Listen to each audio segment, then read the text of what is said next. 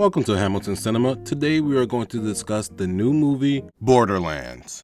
Borderlands is a video game franchise that has good success. For some reason, Lionsgate decided to develop a new project and add on the director of Eli Roth, who has a decent resume of directing movies such as Knock Knock, Thanksgiving, and The Green Inferno. Let's go with a quick summary of the Borderlands movie. Returning to her home planet Pandora, an infamous bounty hunter forms an unexpected alliance with a ragtag team of misfits. Together, they battle alien monsters and dangerous bandits to uncover one of the Pandora's most explosive secrets. This Pandora from Avatar?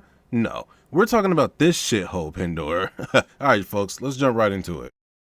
Moving on to acting. The acting in this movie honestly feels like they were not trying at all. Like they were just trying to collect another check. The only actors who felt a little bit natural was like Jack Black, because I mean, come on, it's Jack Black. You had Kung Fu Panda and all those other movies. He's funny, you know. And the other actor, Kate, I feel like she was doing her thing. I mean, I see what they tried to do with the comedy part of having Kevin Hart and Jack Black in the movie. I'm gonna give the acting in this movie a 6 out of 10. Moving on to casting. Having together an all-star cast for this movie to be so bad is disappointing. We have Kevin Hart, who played a video game character before. In this movie, it just seems like he's not having fun and having a good time like he did on Jumanji. We have Cate Blanchett, who had a great roles in her past movies like Thor and Lord of the Rings. We have this tough looking fella who's played a boxer in Creed and a tough henchman in Shang-Chi. They have Jack Black, who is just known for his past movies. And last but not least, we have the original Scream Queen, Jamie Lee Curtis, who has a resume that can speak for itself. We have all these good actors,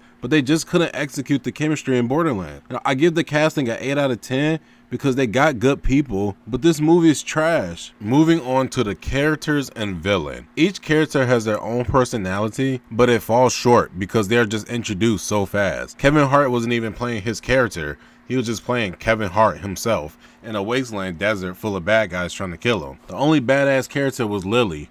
She was whooping ass in her action scenes. The villain, which was some type of evil murder CEO guys, he was trash. I'm gonna give the characters and the villain in this movie a 6 out of 10. Moving on to pacing and length. The pacing of the movie is fast and it's moving like a bullet train. Like every scene is shoot, little jokes, shoot, action. The length of the movie is 1 hour and 40 minutes. And it would have been good if they knew how to tell a good story in that perfect amount of time. I mean, I give the pacing and length a 5 out of 10. Moving on to originality and creativity. I get this is coming from a video game franchise, so I know it has its own originality in a way. But from a movie point of view, it gives you a Guardians of the Galaxy mixed with Mad Max kind of vibe. Say Guardians of the Galaxy because the team up was random.